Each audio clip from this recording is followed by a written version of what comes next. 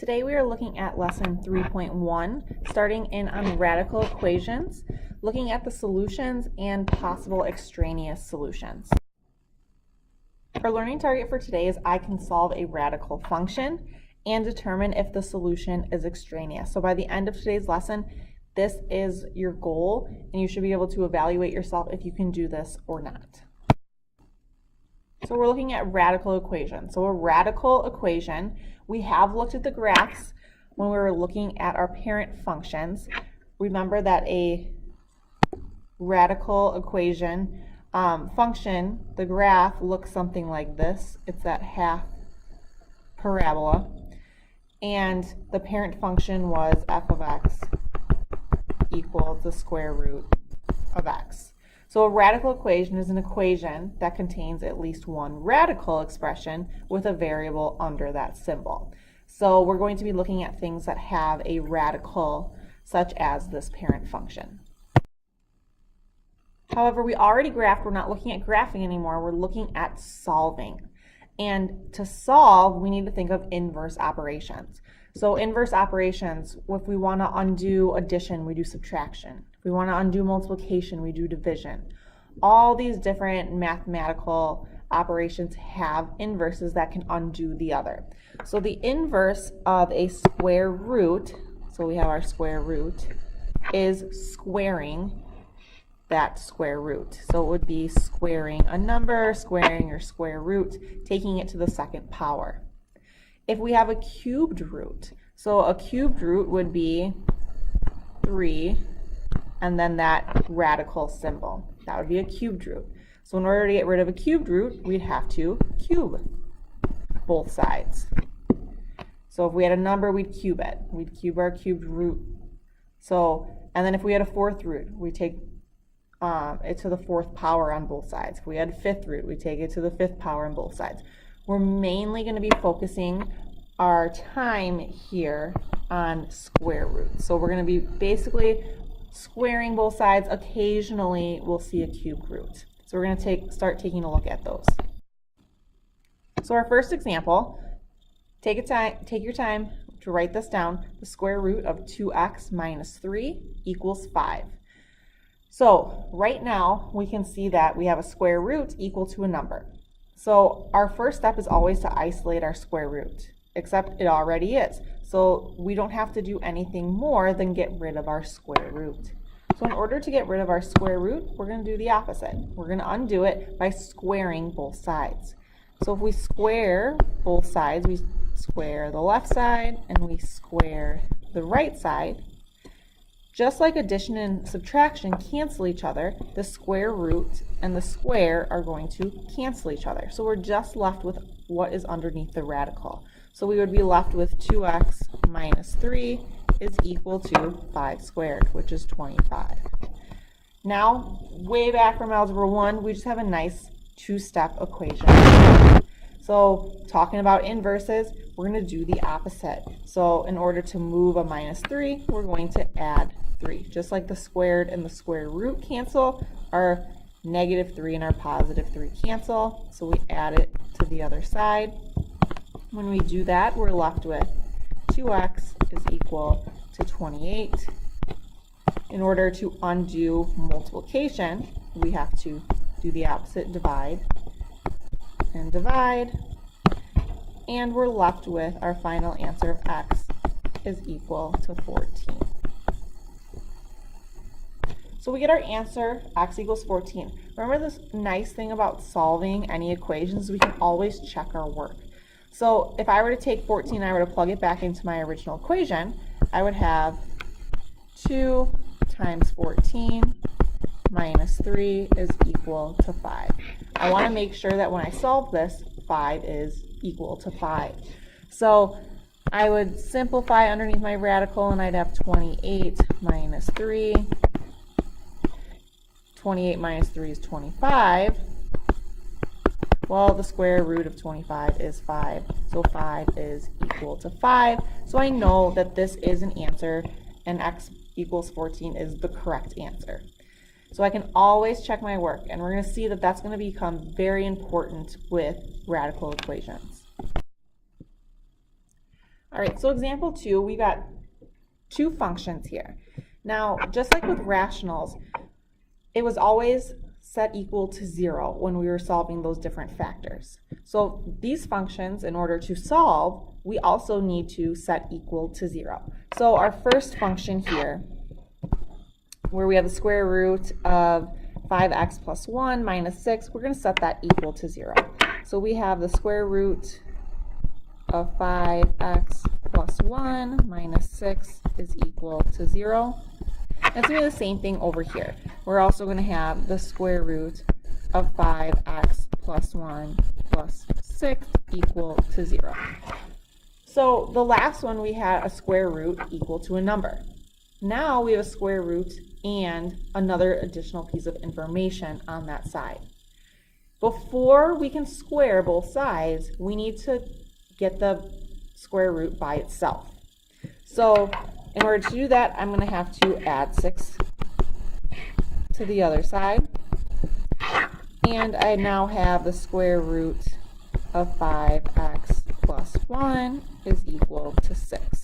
Now that my square root is by itself, I want to get rid of it. And in order to get rid of it, I'm going to square both sides. So this is going to cancel my square root, and I'm going to be left with x plus 1. And that's going to be equal to 36. Now I just solve my two-step equation.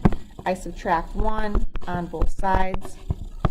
So I'm left with 5x is equal to 35, and that works out nice when I divide by 5.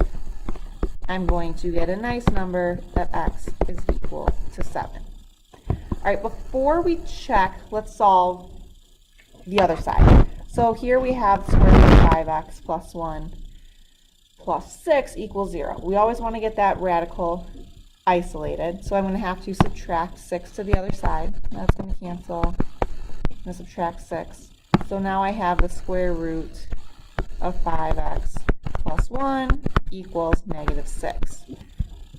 I can see that these are both very similar, but there is a little bit of difference.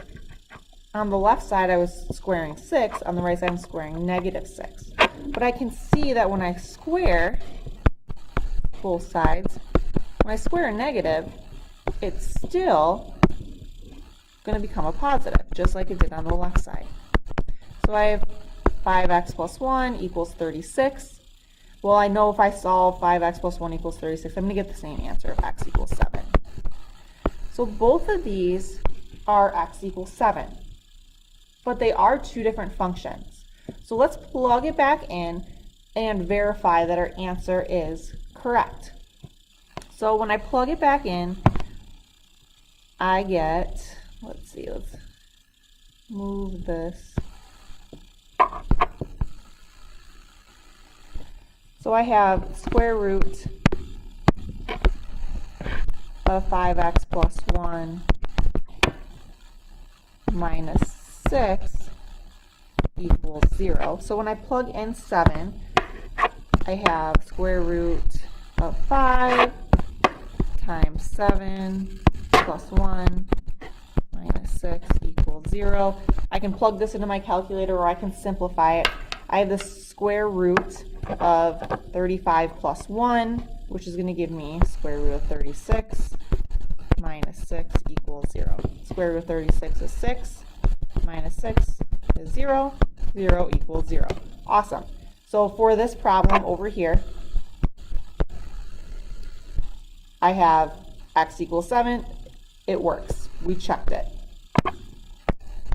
So that answer is, in fact, 7. Now let's check the other one. So I have the square root of 5x plus 1 plus 6 equals 0. So if I plug in 7, because I got the same answer,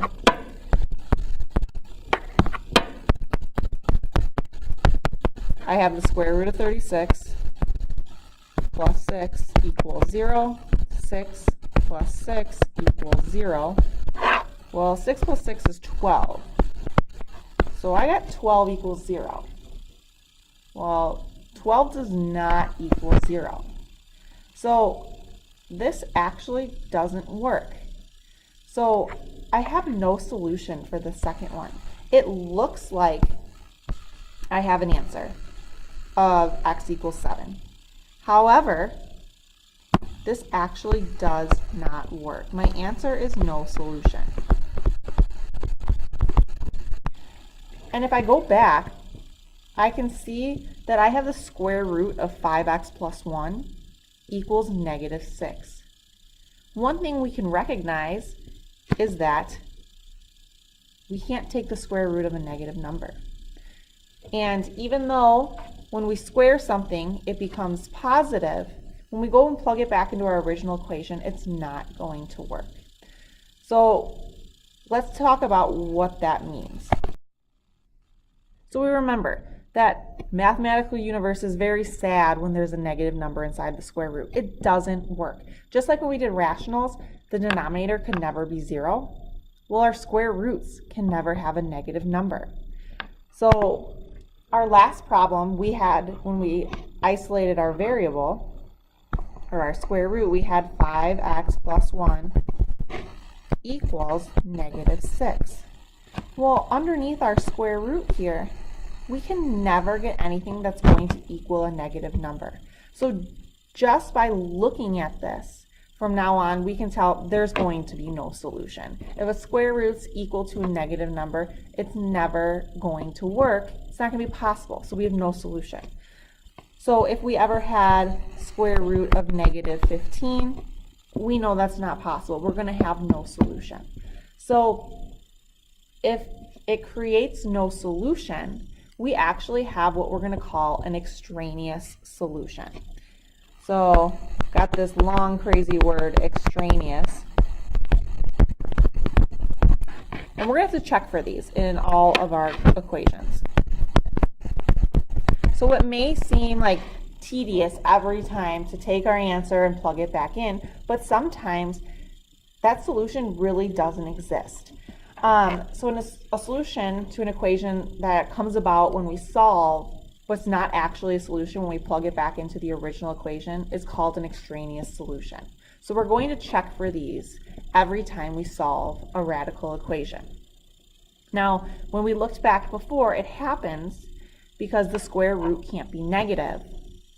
But when we square both sides, we lose that information because we can, in fact, square a negative number and get a positive one. So we end up getting a solution, but when we check it, it doesn't work. So we're always, always, always going to need to check for these extraneous solutions. Because remember, no negatives under a square root. So let's just keep looking at some examples. So this one, we have a cube root instead of a square root.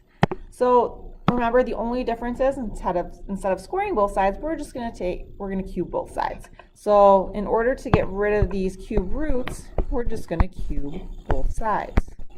By cubing it, it gets rid of that cube root. And we're just left with what's underneath. So we have x minus 5 is equal to 7 minus x. So now we're just going to solve. I want to get all my variables to one side and all my constants to another. So I like to keep things positive, so I'm going to move this negative x to the other side. And when I do that, I have two x's. 2x minus 5 equals 7. I'm going to add over 5, and I'm going to be left with 2x is equal to 12 divided by 2, and x is going to be equal to 6. Now right now, this is my tentative solution. I'm going to plug it back in just to make sure I don't have an extraneous solution. So when I do that, I have the cubed root of 6 minus 5 is equal to the cubed root of 7 minus 6. So if I take the cubed root of negative 1, does that equal the cubed root of 1? Make sure you plug this into your calculator because the cubed root of negative 1 does actually work. So this does actually equal 1, and this does equal 1. when we have cubed roots, we can take the cube root of a negative. We cannot take the square root of a negative. So this would be my solution. X equals 6. So extraneous solutions exist when we have square roots. When we have cubed roots, we don't have any extraneous solutions. So they're much nicer. Our next example, we want to solve this equation and check for extraneous solutions. We have a square root, so it is definitely important to check for extraneous solutions. Remember, we cannot have a negative under the square root. So goal is always to first isolate the square root, so we need to move that 3. So to move that 3, right now it's a plus 3, so to move it, we're going to subtract 3. Subtract 3. Now I'm left with the square root of x plus 5 is equal to negative 3. Now, hopefully you can recognize this is going to be no solution, because there's no way that we can get a negative number when we take the square root, because we can't take the square root of a negative number. So if it's equal to a negative, I can automatically say that this is going to be no solution. Whatever answer I get is going to be an extraneous solution. I can absolutely go through and solve, and when I go through and solve, I'm going to get an answer. And I need to make sure I plug that back in, because when I plug it back in, there's no way I can get negative 3 equals negative 3. So whatever answer you get will end up being an extraneous solution, and you will end up with no solution. So the answer to example 4, no solution. All right, example 5. Example 5 is equal to a nice positive number, so I am going to more than likely have an answer to this one. So goal, remember, get that square root by itself. So in order to do that, right now I have 2 times square root of x plus 5. Now to undo multiplication, I need to divide. So I'm going to divide by 2. That's going to cancel. And I'm going to have to do it to the other side. So now I am left with the square root of x plus 5 is equal to 4. I need to get rid of my square root, so I'm going to square both sides. When I do that, I'm left with x plus 5 equals 16. I go back and I solve, so I can subtract 5 on both sides. And I get an answer of x is equal to 11. Now, I'm pretty certain that this is going to work because it was equal to a positive number, but always go back and check. So I'm going to do my check. I have 2 times the square root of 11 plus 5 equals 8. So I have 2 times the square root of 16 equals 8. 2 times 4 equals 8, and I know 8 equals 8. So this is the answer to this radical equation. X equals 11. Example 6. Go ahead and copy this one down. Maybe give it a try on your own, and then hit play in order to get the answer.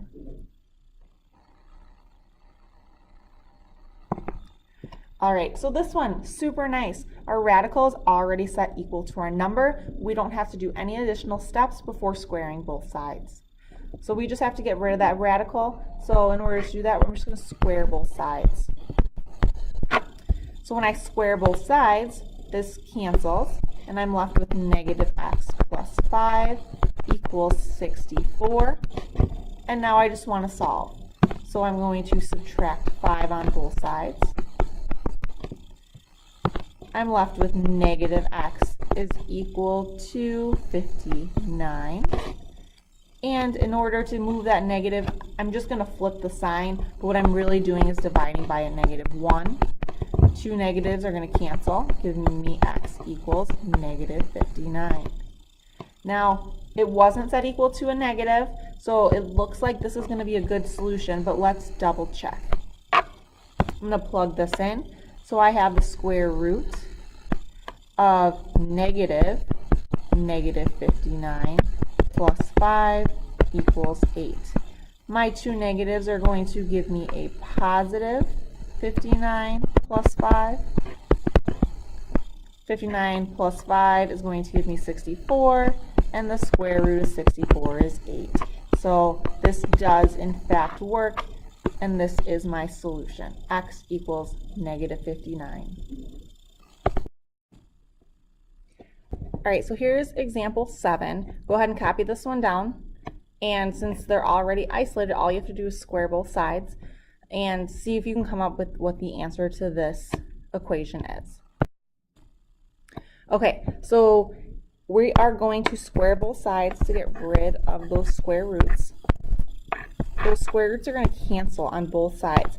So we just are left with negative 10 minus 2x equals 3x minus 5. So if we go ahead and solve this, we're going to move all our variables to one side and all of our numbers to the other. So it doesn't matter which way you go. So if I want to keep my x's positive, I can add 2x to the other side. I'm left with negative 10 equals 5x minus 5. Add over 5. And I'm left with negative 5 equals 5x. When I divide by 5, I have x is equal to negative 1. Now, let's go ahead and plug this in because it's not going to be obvious whether it's going to be an extraneous solution or not because it's not equal to a positive or a negative. So let's plug it in. When I plug this in, I get square root of negative 10 minus 2 times negative 1 equals the square root of 3 times negative 1 minus 5. All right, so it is an equation, so it needs to be equal to each other. So they need to be equal to each other when we solve. So when I solve this, I can just plug both sides into my calculator. I don't have to actually work it out by hand. But when I do, I have negative 10 plus 2 equals the square root of negative 3 minus 5. Well, I get the square root of negative 8, and I can't have the square root of a negative number. So that means this is not a solution. It's an extraneous solution, so I have no solution. I have no solution to this equation because I cannot take the square root of a negative number. Final example, we have solved this equation and checked for extraneous solutions. So this one's a little bit different than the ones we've done previously. This is kind of taking it up a level, and then this is going to kind of lead us into the more difficult problems that we'll get into on 3-1 day 2. So for this example, we have a square root subtracting a square root. So in order to square both sides and make this easier on ourselves, we want to move one of the square roots to the other side. So in order to do that, all we're going to do is take 6 square root of x, and since it's subtracting, we're going to add it to the other side. So that's going to cancel over here, and 0 plus 6 square root of x is just going to be 6 square root of x. So we're left with 2 square root of x plus 1 is equal to 6 square root of x. Well, we do have a radical equal to a radical, and we could right now square both sides. But let's simplify a little bit further before we do that. And right now we have 2 times a radical and 6 times a radical. So let's divide by the smaller number so that we can just simplify our numbers a little bit further. So if I divide by 2, the 2 is going to cancel over here. And if I divide by 2, it's going to simplify. So I'm left with square root of x plus 1 is equal to 6 divided by 2, which is 3 square root of x. These numbers on the outside, when we're dividing, only apply to the numbers on the outside. So now I have a radical equals to a radical. I want to get rid of those radicals, and I can do that by squaring both sides. So when I square both sides, this radical cancels, and I'm left with x plus 1.